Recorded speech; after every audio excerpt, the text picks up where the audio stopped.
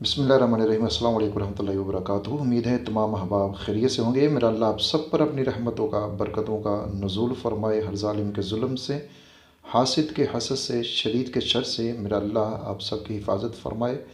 आमीन या रब्बल आलमीन। दोस्तों, सर्दियों में खुश्क ख़ारिश का मसला बहुत ज़्यादा हो जाता है और इसका शिकार बहुत सारे लोग हो जाते हैं। बच्चे भी, बड़े भी, बूढ़े जवान सभी हो जाते हैं।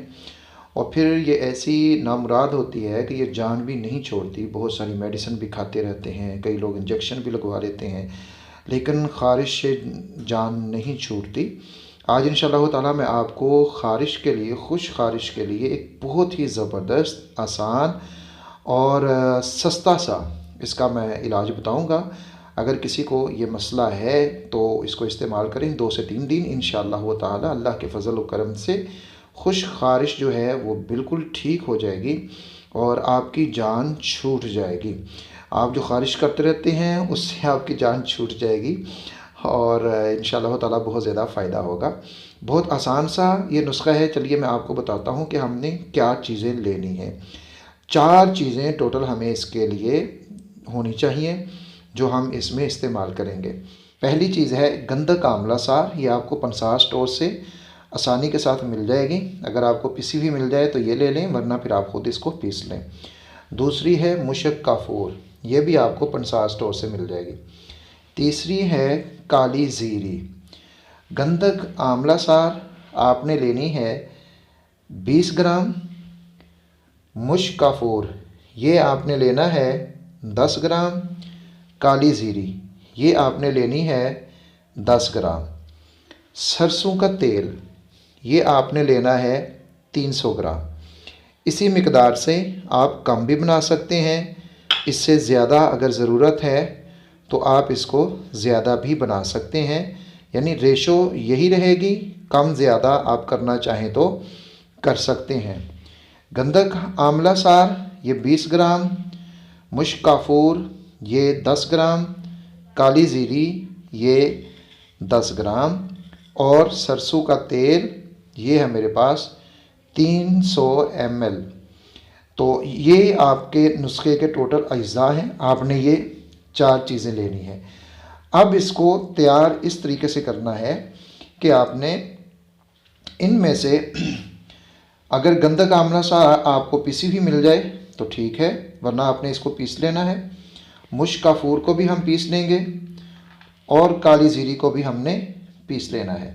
चलिए मैं इसको पहले तैयार करता हूँ, पीस लेता हूँ, फिर मैं आपको आगे बताता हूँ। तो दोस्तों, ये मैंने इनको पीस लिया है, काली ज़ीरी को और ये मुश्क काफूर को बारीक कर लिया बिल्कुल। ये हाथ से भी हो जाता है, बहुत इजी।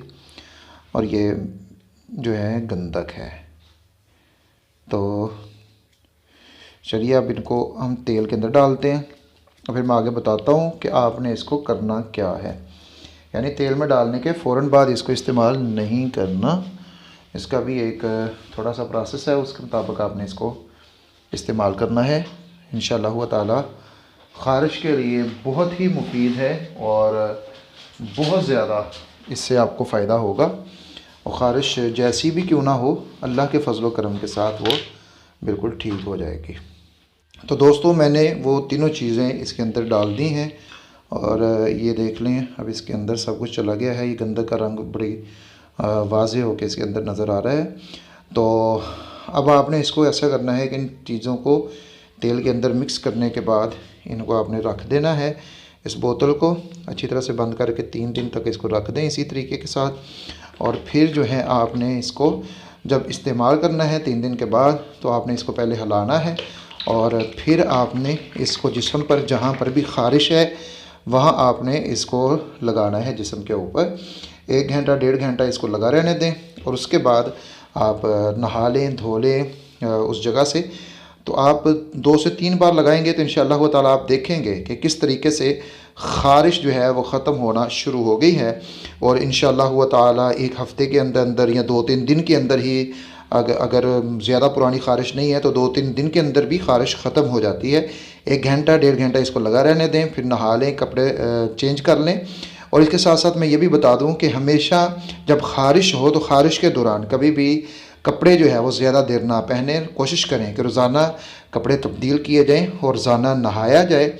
इंशाअल्लाह ताला आप ये तेल लगाएंगे तो अल्लाह के फजल करम के साथ बहुत जल्द आपकी ख़ारिश जो आपकी जान नहीं छोड़ रही थी बड़े अरसे से, इसके लगाने से अल्लाह ताला ऐसा फ़ज़ल फ़रमाएंगे कि ख़ारिश जो है वो बिल्कुल ख़त्म हो जाएगी और आपकी जो प्रॉब्लम थी वो बिल्कुल ख़त्म हो जाएगी इंशाअल्लाह ताला। तो उम्मीद है ये नुस्खा आपके लिए बहुत ज़्यादा फ़ायदेमंद साबित होगा। अपना ख्याल रखिएगा, दुआ में याद रखिएगा। अल्लाह हाफ़िज़ नासिर।